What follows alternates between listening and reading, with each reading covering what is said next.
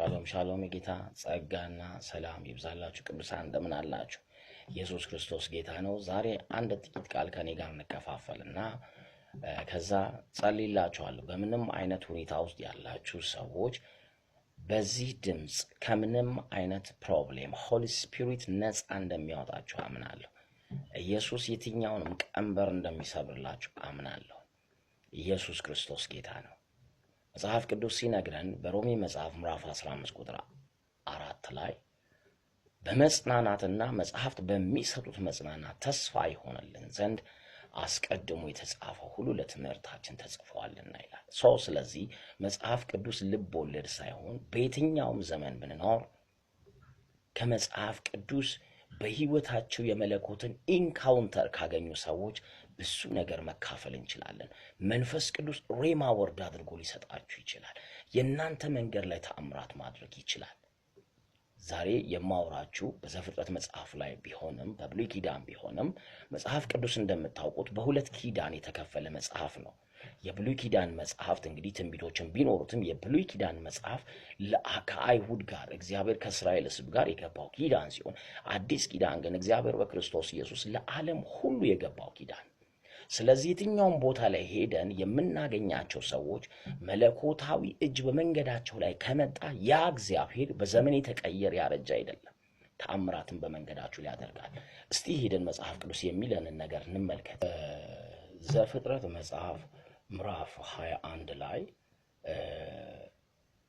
ምዕራፍ 21 ቁጥር 12 ላይ መጽሐፍ ቅዱስ ሲነግረን ሐሳቡን ልንገራችሁና በአብርሃምና በይስሐቅ ቤት ውስጥ አንድ ክስተት ተከሰተ።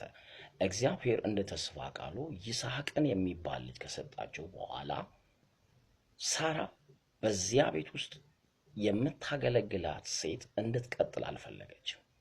በቀጥታ ያንን ቤት ለቃ እንድትወጣ ነው ትእዛዝ ያወጣችው። ይህንን ሐሳብ ደግሞ አብርሃም ማጽናት ነበረበትና እግዚአብሔር የምትልህን ቃል ስማ፣ ልጁን ግን ታላቅ ሕዝብ አደርገዋለሁ ብሎ እግዚአብሔር ተናገረ። አብርሃምም ለሳራ አቁማዳ ውስጥ ውሃ ሞልቶ የሚያስፈልጋትን ነገር ከሰጠ በኋላ ከዚያ ቤት ለቃ እንድትወጣ ነው የተደረገው።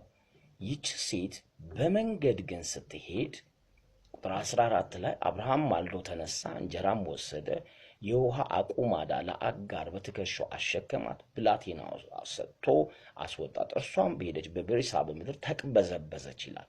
ውሃው ከአቁማዳው አለቀ። አሁን አስቡ፣ የዚያ ቤት ምዕራፉ አብቅቷል። ሁለተኛ የያዘችው ነገር ሁሉ አልቋል። እቺ ሴት አሁን ተስፋዋ እየተሟጠጠ ነው ያለው። የምትጠብቀው ሞት ብቻ ነው። ብላቴናው ከአንድ ቁጥቋጦ በታች ጣለችው፣ እርሷም ሄደች። ብላቴናው ሲሞት አልየው ብላ ቀስ ተወርውሮ የሚደርስበት ያህል ርቀት በአንጻሩ ተቀመጠች።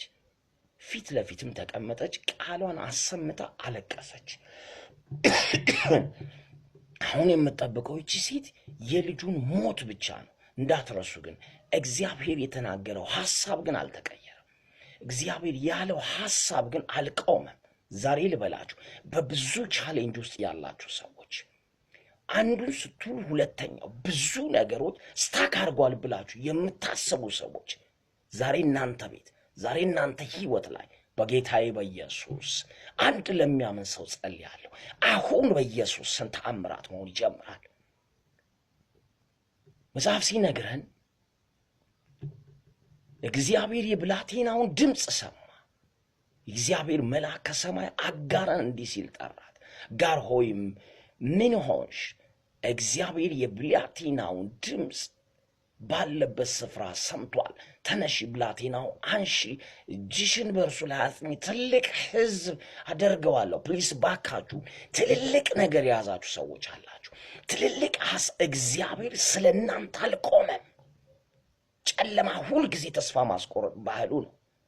የእናንተ ባህል ደግሞ መሆን ያለበት የነገራችሁን እግዚአብሔርን ተመልከቱ። በኢየሱስ ስም የትኛውም እስራት የትኛውም ቻሌንጅ ከእናንተ መንገድ ላይ ዛሬ በኢየሱስ ስም ይነሳል። እግዚአብሔር ዓይኗን ከፈተላት፣ የውሃ ጉድጓድ አየች፣ ሄዳ ማቁማዳውን ውሃ ሞላች፣ ብላቴናውን አጠጣችሁ ይላል። በጌታዬ በኢየሱስ ስም እኔ ልንገራችሁ ዛሬ እናንተ ነገር ስታካ አያደርግም። በጣም ብዙ ሰዎች wherever ብትኖሩ አይገደኝም በጣም ብዙ ሰዎች የቆማችሁ ያበቃችሁ ሰዎች አላችሁ ዛሬ ለእናንተ ግን ትንሣኤ ይሆናል ዛሬ ለእናንተ ግን መለቀቅ ይሆናል ዛሬ ለእናንተ ግን ማለፍ ኦማዳሳ ካፕሮዳሲያ በኢየሱስ ስም